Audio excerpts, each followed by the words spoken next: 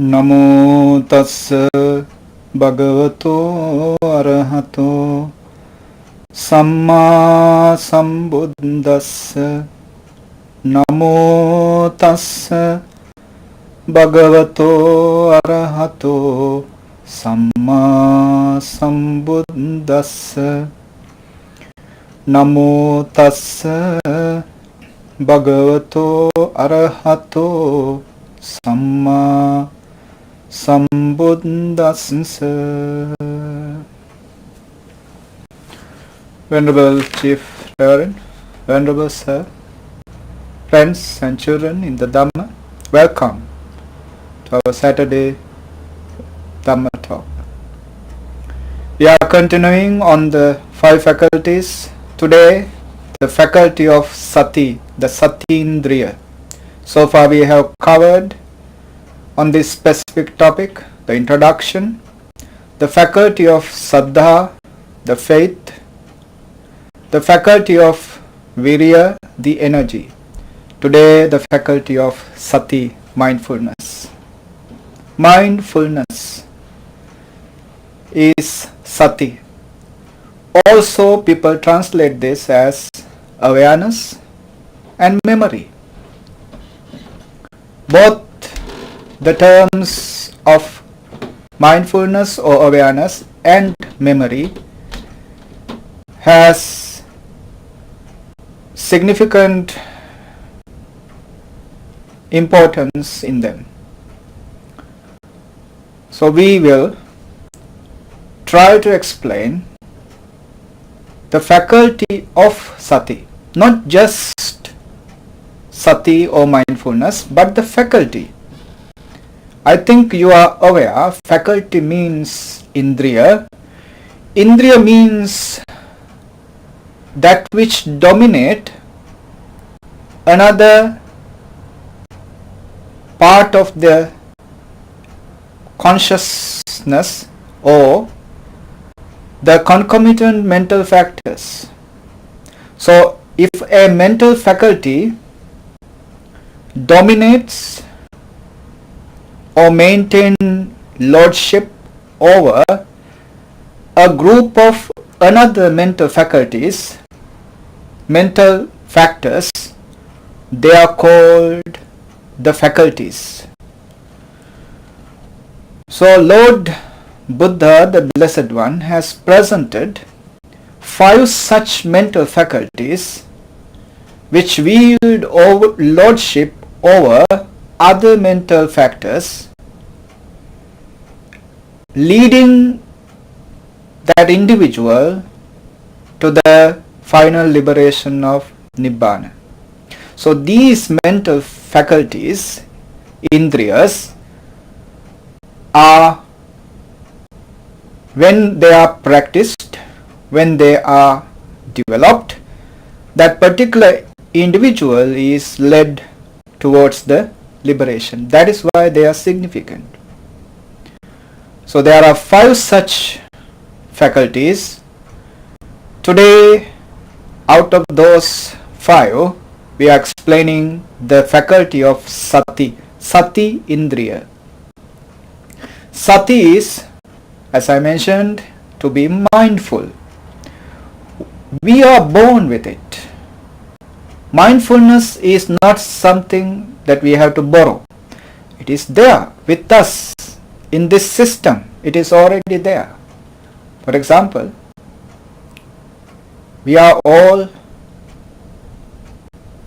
born as infants. Those infants, just born, knows no words. If there are no words for him, there is no thinking for him. thinking is always wordy. We think words. So there is no thinking for a just born child, for an infant. Then what does he has? What does he contain? How does he respond to the changing situations? With the awareness. That infant is aware when somebody getting close to him, every day being present to him, feeding him when he is hungry, changing his diapers, talking loving to him. He recognized this person, so special, so close.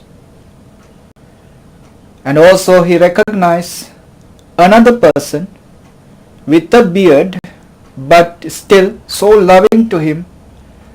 And later on only he learns the words to address these two persons, mom, dad. First just an awareness, just a mindfulness of these two persons. Later on he learns about them. Then they become thinking patterns. Then they become thoughts.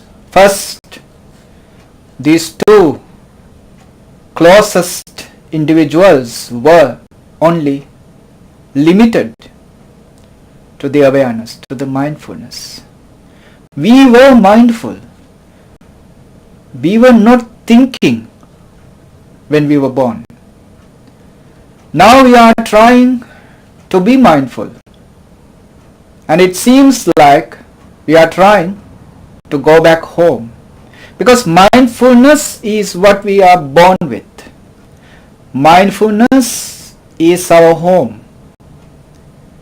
Mindfulness is what we came to this world with. It is our home. It is our origin. Meditation, practicing on awareness is to go back home. Go back to that origin. Go back to that purity, ultimate purity.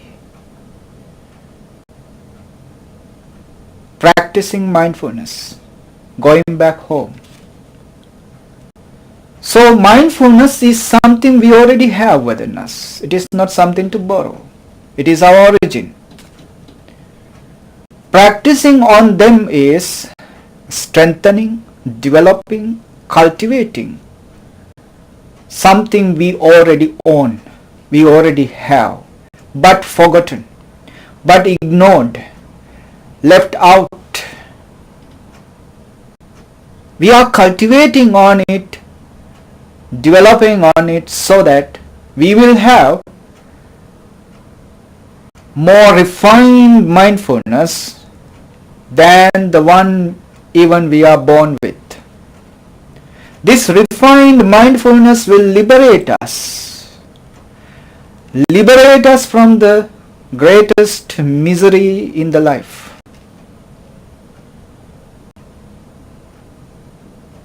Liberate us from suffering. So sati is to be mindful. To what or on what? To be mindful in the present, whatever it is, in the present situation. The present moment is something we cannot think about, we cannot talk about, we cannot write about, we can do nothing about, but being present to it. We can be present to the present moment, but we cannot talk about or think about. If you think, it is always about the memories, the past.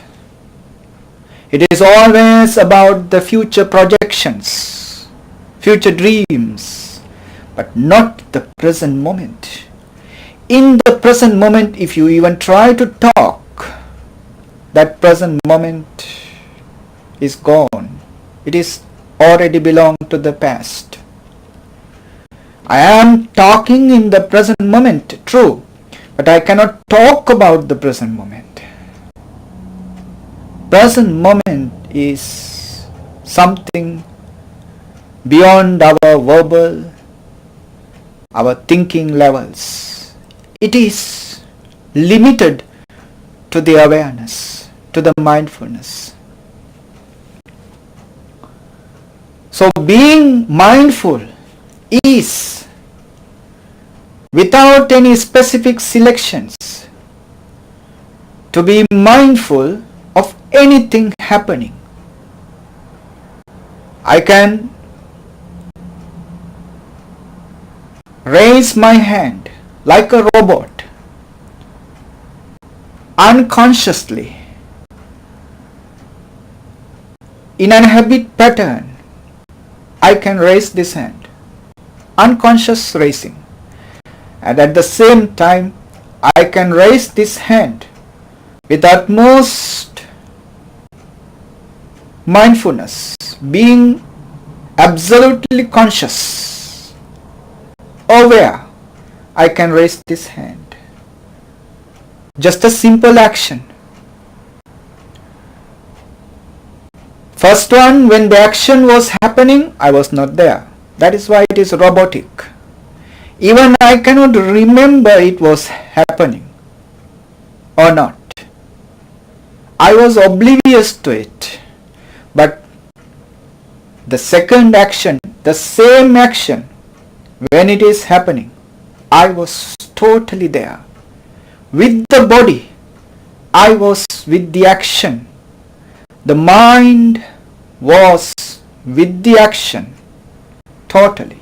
So I remember every moment of my raising hand, small action.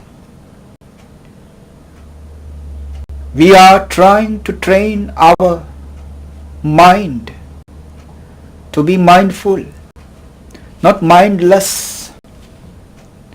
Most of our actions normally mindless, in the sense when the action is happening, we are absent, we are somewhere else.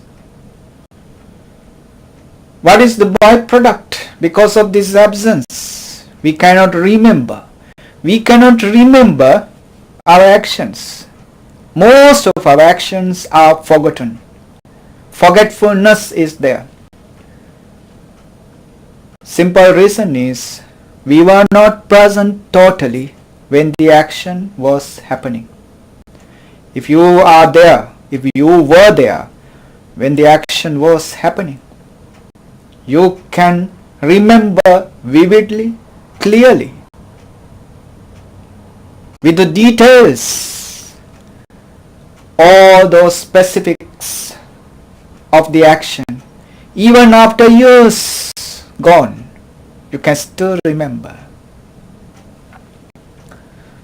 So sati, being mindful to the present moment, no words involved, no thinking involved. Mindfulness is nothing to do with thinking. Thinking is always about past or future. Mindfulness is beyond this thinking. It is a sheer awareness, not a singular thought. Sheer awareness. If you cultivate this awareness gradually, little by little, little by little, even you can be aware of your thinking. Your mind is thinking and you are being aware of it.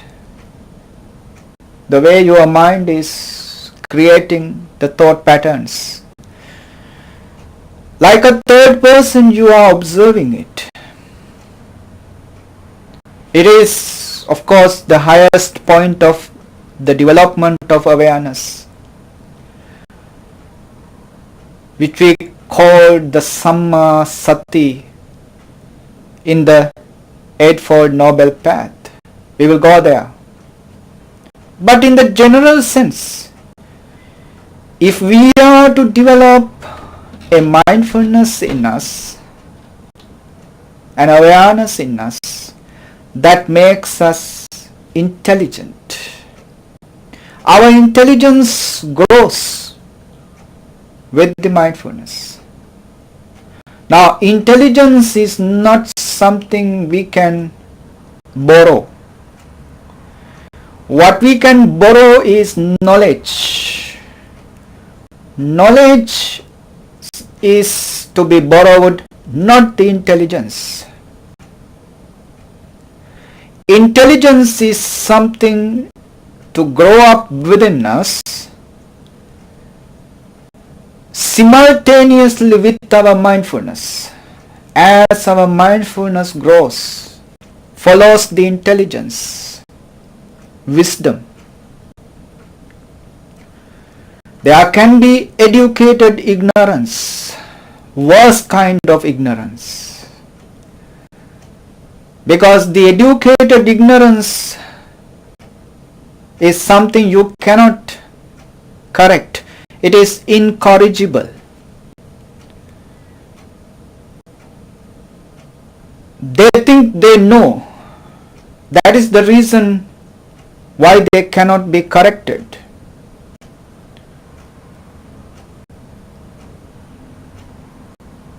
This educated ignorance is the worst. And in that ignorance, no matter how educated somebody can be, we can find silliness is demonstrated, exhibited. People become silly not because they are not educated, but because they are not mindful. 3 professors standing on the railway platform waiting for a train. While waiting, they started a philosophical discussion. And they forgot where they are, what they are doing, why they are there. They forgot everything. They were submerged in that philosophical discussion. The train came, stopped at the platform, and now it is leaving. Only when the train is leaving, they remembered that they are supposed to get into the train and started running after the train. Only 2 of them could get into the train. The other left on the platform, and he was crying, weeping. A porter, seeing this,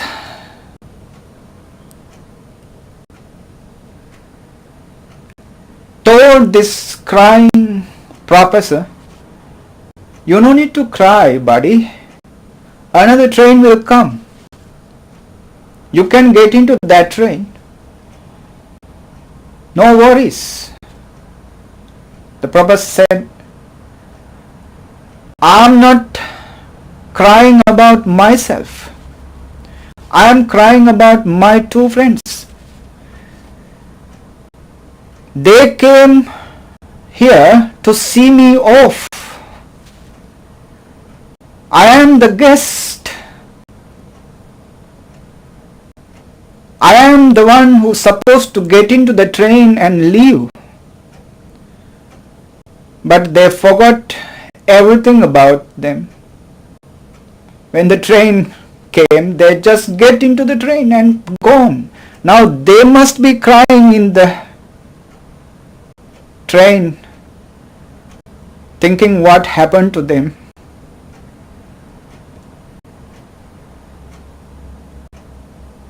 The existence played jokes upon people when they are mindless, when they forgot what they are doing when they forgot to be mindful. A politician, a monk, and a backpacker was in a plane. They were flying, and the pilot came out of the cockpit and he said, "This is an emergency. This plane is going to crash at any moment. So grab a parachute and jump out of this. You can survive." But unfortunately, we have only 2 parachutes. So you decide who is going to remain in the plane and who is going to survive. One is bound to die, going to die. Politician looked back at the monk and the backpacker. He said, "I am a very important person. I have so much things to do. People are waiting for me. I cannot lose those things. So you monk, you have nothing in the world. And backpacker, you don't have a home. You just move from one place to another. Either of you can die." And he grabbed a bag and jumped out of the plane. Then the backpacker said, "Venerable, he's right. I'm just moving from place to place. You better survive yourself. I will stay. No worries. Nobody to lament when I die." Then the monk said, "No, my son, we both can survive. We have 2 chutes because our politician friend jumped out with your backpack." Unawareness, unmindfulness can cause you to jump out from a plane with a backpack. This is how the nature laughs at people who are not mindful. So mindfulness, to be present to the present moment and evaluate, understand, comprehend the present moment as it is. That is the wisdom, that is the intelligence. That intelligence grows more and more as you are practicing, cultivating this mindfulness as often as possible. Now I was talking about the general kind of mindfulness, but this mindfulness is not part of the 37 enlightenment factors. They are not part of the 5 faculties. What is the faculty of mindfulness? Faculty of sati, the sati indriya. It is the development of sati on the 4 foundations of mindfulness. The 4 foundations of mindfulness are the body, the feelings, the mind, and mind objects, mental factors. I gave several talks on these 4 foundations of mindfulness. We call them sati patthana. Patthana, the establishment, sati, mindfulness. Encompassing the whole area of our life, encompassing everything that is related to this physical body, the mind, internal and external subject matters. Buddha introduced these four establishments, four foundations of mindfulness, beginning with the body. Kaya. Kaya anupassana, he says. Kaya anupassana. Observing the body as it is. Now, when you observe the body as it is, there are several areas to observe. First one, and the most obvious one, is breathing. Observing this body of breathing. What is this body of breathing? If you are to practice continuously, you can find your breathing is kind of a body. It has a beginning, it has a middle point, and there is an end point. It is a movement, like a rope moving in and out. The breathing is moving in and out, sometimes long, sometimes short. With all the variants, the breathing, the body of breathing is moving in and out. So the breathing is the first to observe as Kayanupassana. Now breathing can be concentrated. Breathing can be observed. What is the difference? The difference is when you are concentrated, you can alter, you can change the breathing as you wish. Basically, they are intentional breathings. When we teach meditation, we ask our students to observe breathing later, but first focus on the intentional breathing for a while. For a while you focus, you concentrate on the intentional breathing. Then later on you give up that intentional breathing, and then you observe like a third person, like somebody else. Breathing is coming in and going out through your nose,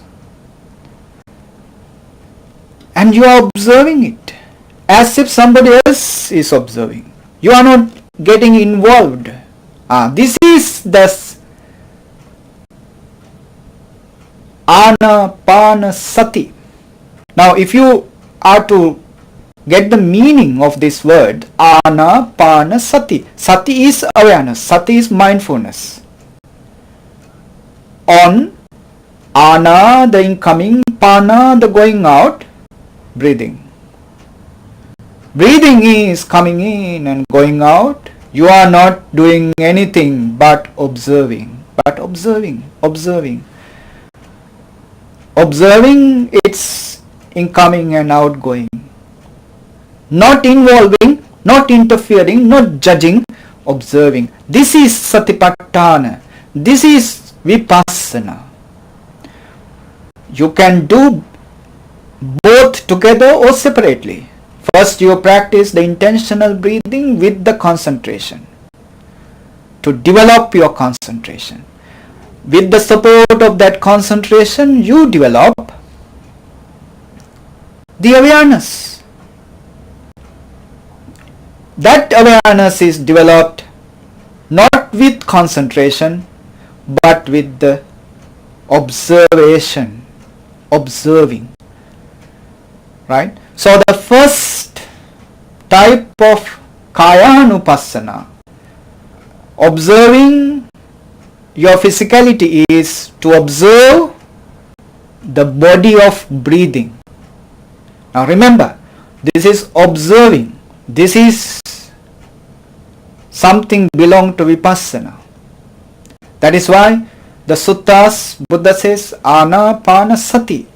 It is mindfulness, being mindful of the incoming and outgoing breathing.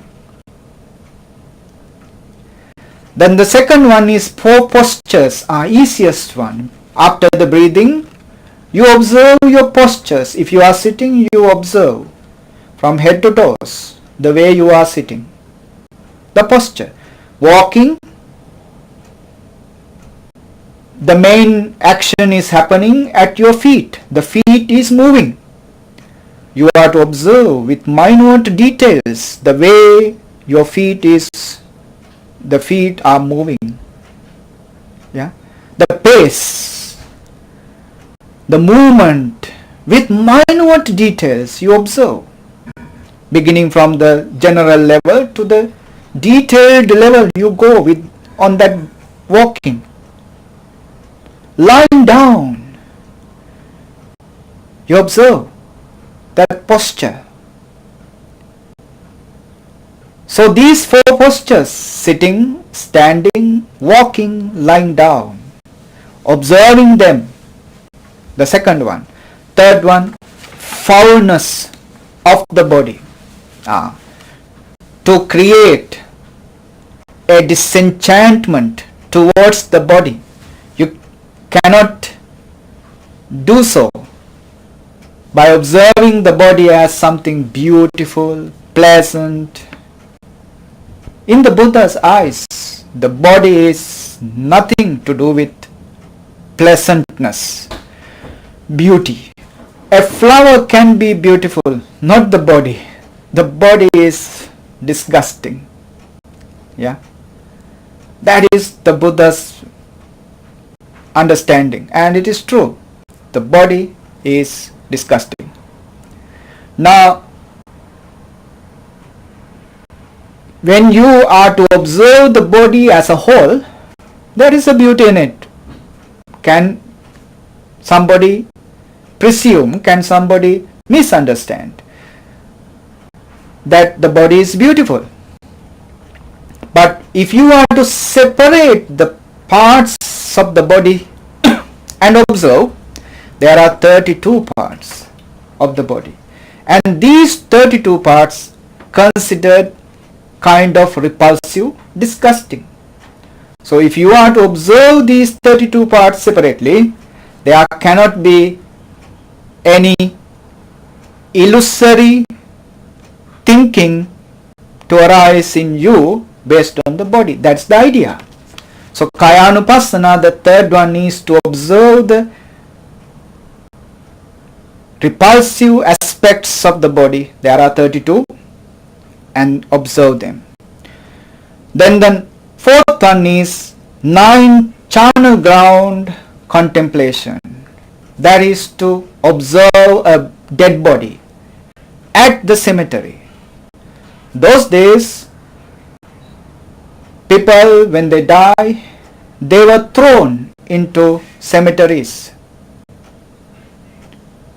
They were not treated like we are treating the dead bodies today. Their understanding was, of course, the guest in the body is gone. Only the carcass, only the house is remaining. The one who was in the body is gone. Whatever happens to the body now is irrelevant to the one who was living in it. So, let it be connected back with the nature, become part of the nature. They just threw that dead body into forest or somewhere to decay naturally and become part of the nature. I think they are wiser than us. They had the wisdom of the reality of the life. They did not care about a dead body much as we care about. Yeah. They understood the reason for we to call that body a dead one. A dead one is something insignificant, something which is not we have to be so much care about. It is something to throw away. So they threw away dead bodies, and Buddha asked especially those newly ordained monks to go to those cemeteries and contemplate, observe, meditate upon those dead bodies. There are 9 stages in a dead body in the process of decaying until they become dust, until they become clean skeletons. 9 stages. Uddumataka, Vinilaka, Vipubbaka, Vichiddaka, Vikkaritaka, Hatavikkitaka, Lohitaka, Pulavakattaka. These 9 stages are there. I explained these stages in our previous talks on this Kayanupassana and the other topics. So you can check on them. So these stages of decaying of a dead body is the last one to observe as an object of meditation, object of developing mindfulness on the body. The second one is the sensations, the feelings that arise in the body. Of course, feelings are sukha, dukkha, adukkama sukha, comfortable, happy feelings, dukkha, painful feelings, adukkama sukha, that is neutral feelings. These feelings arise in this physical body from top of the head to the tip of the toes. Other than our nails, our bone structure, our teeth, our hair, everywhere else, this body is producing one or another sensation, one or another feeling. For a mind which is not developed in meditation can recognize only the gross, rough type of sensations. That mind cannot understand the subtle sensations, subtle feelings that arise in the body. But as the Vipassana meditators have understood, this whole body is a mountain of feelings. Throughout the body there is a certain feeling at every moment. So observing these feelings to the gross level, to the subtlemost level, is the second practice of mindfulness. Mindfulness on feelings. And the third one is being mindful of the mind itself. The way the mind is behaving. What kind of emotions are empowering or overwhelming the mind? How does your mind? This is nothing to do with the thinking. Beyond the thinking, the mind, pure mind, what kind of shape is generated in the mind at this present moment? Angry mind, sad mind, happy mind, not the thinking but the mind itself. The state, the actual state of the mind at the current moment, the present moment. To understand, to observe, to reflect upon it is the Chittanupassana. Observing the mind as it is. Then comes the mind objects. Then again they are not just the thought pattern, thinking, but what kind of specific factors are in that thinking. Yeah, mental objects or objects of mind are nothing but the specific factors of the mind, specific factors of that thinking process. They are categorized as the 5 hindrances.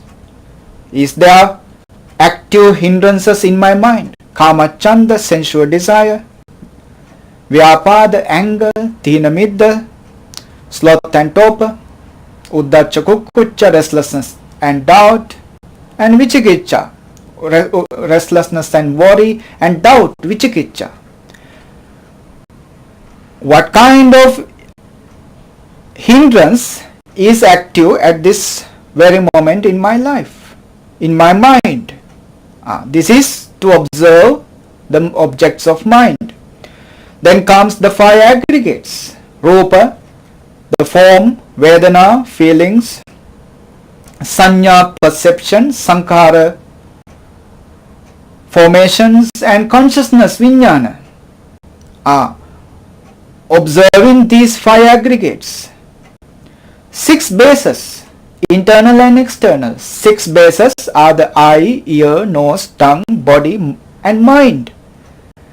Now, there are 6 bases which are external. Forms or colors for the eye, sounds for the ear, odors or smells for the nose, flavors for the tongue, tangibles for the body, and thought patterns for the mind. 6 internal bases and 6 external bases. Then comes the 7 enlightenment factors. That is the positive side of the objects of mind. They are Sati, Dhammavichaya, Viriya, Piti, Passaddhi, Samadhi, Upekka. These 7 enlightenment factors. In our oncoming talks, we are going to explain on these 7 enlightenment factors. Then comes the 4 noble truths: the suffering, cause of suffering, cessation of suffering, and the path to the cessation of suffering. These are the mind objects that one contemplates, that one observes when he is observing his mind. Now, when we look at these 4 kinds of establishment of mindfulness, Sati Patthana, 4 kinds of establishments. When we observe them, we can see the whole or the absolute life is included. The whole life in every aspect is included in these 4 kinds of establishments of mindfulness. So when somebody develops this mindfulness, in the beginning, at the initial level, he starts the journey, he begins the journey, continuously practicing, repeatedly practicing with constant effort. He is to absorb into his system these 4 kinds of mindfulness. And one day, these 4 kinds become his life. These 4 types of mindfulness and his life become a singular entity. Now, can you separate Buddha from mindfulness? Buddha and mindfulness is just a singular entity. All his actions happen in mindfulness. Even Lord Buddha was practicing step by step, gradually, to become mindful to the present moment as much as possible. But mind is such, runs away to past or future. Nature of the mind. But still he brings back. When he remembers, he brings back and again practice, keeping in the present moment. Likewise, again and again, when it is going away, runs away, as he remembered, he brought back and practice. One monk, he used to practice this mindfulness in every aspect. When he is walking, he is simply walking, nothing else. And sometimes people saw that suddenly he stopped on the way, no moving.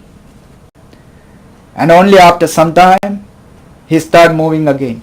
People thought this monk must have forgotten his road. He must have lost somewhere. Yeah. So he is thinking about the right road to take.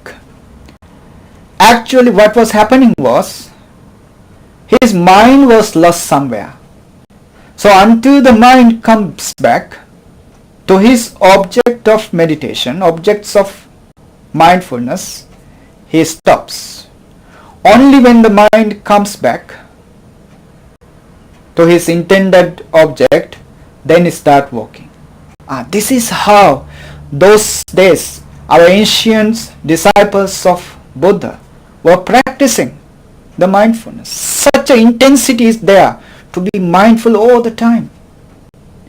And after some time, after long time maybe, it is depend on the parami of that person, how fast he develops in the mindfulness. So after a period of time, what happens is he becomes the mindfulness. First he was practicing mindfulness, then he becomes the mindfulness. When he becomes the mindfulness, we call him an enlightened being, an arahant. A Zen master.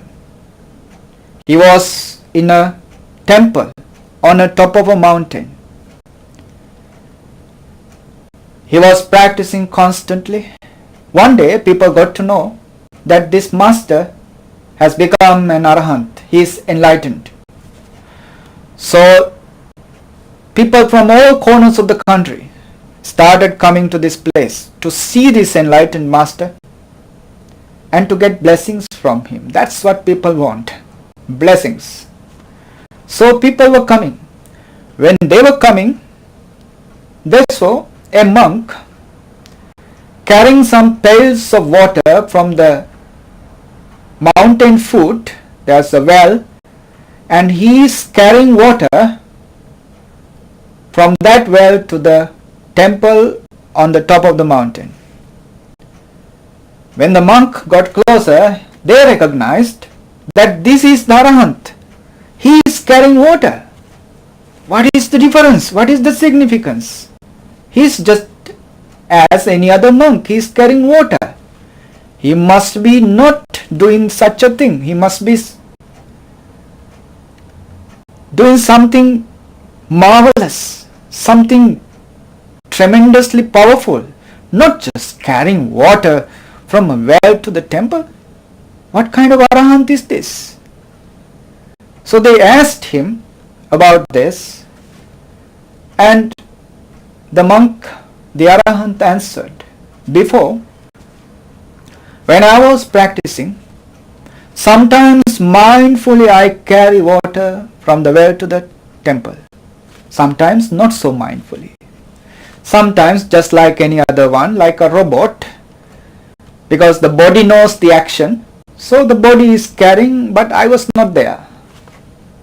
But now I do it in absolute mindfulness. My mindfulness is with action totally. This is the difference. This is why I know I am an arahant. With the action, my absolute utmost awareness, mindfulness, nowhere else. This is how I got to know that I am an arahant. I am enlightened now. And also I got to know that I don't nurse any kind of grudge in me for the unpleasant situations in the world. I also know any kind of attachment is not there in me for any kind of pleasant things in the world. I am living absolutely in the middle, no hate, no craving. I am in the middle. There is no anger or hatred arise in me for any kind of ugly, unpleasant, unsuitable things happening around me. I don't feel such a hate. I looked at those things with absolute awareness, so no anger arises in me. I don't have any intention of suppressing any anger, but no anger arises in me because I am in absolute awareness. And also when beautiful things are happening, people come and respect me, offer me so many things, but no attachment, no any desire arises in me. I am telling you with 100% genuine. In my heart, I don't feel any desire on the things people offer me. This is just simply because I am mindful. In my mindfulness, I am totally beyond anger, beyond desire. I am totally away from all these material and worldly affairs. I am living in the world, but I don't belong to this world anymore. This is the difference. So the mindfulness. It is to be mindful on these four postures, on these four areas of the life. Gradually you develop, and one day you will be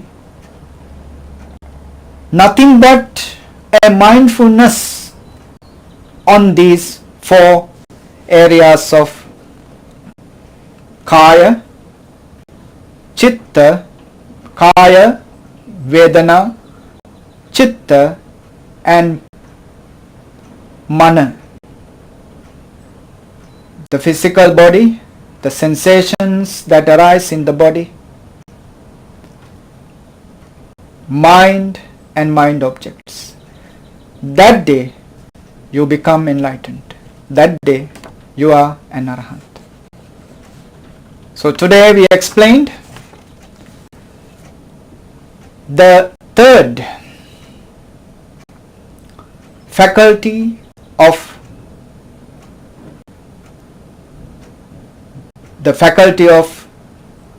mindfulness, Sati Indriya. There are two more faculties to explain, and we are planning to explain them in the forthcoming weeks. So with this we conclude this talk, and we share all these merits together with our departed ones and also the divine beings by listening to Dhamma, by sharing this Dhamma.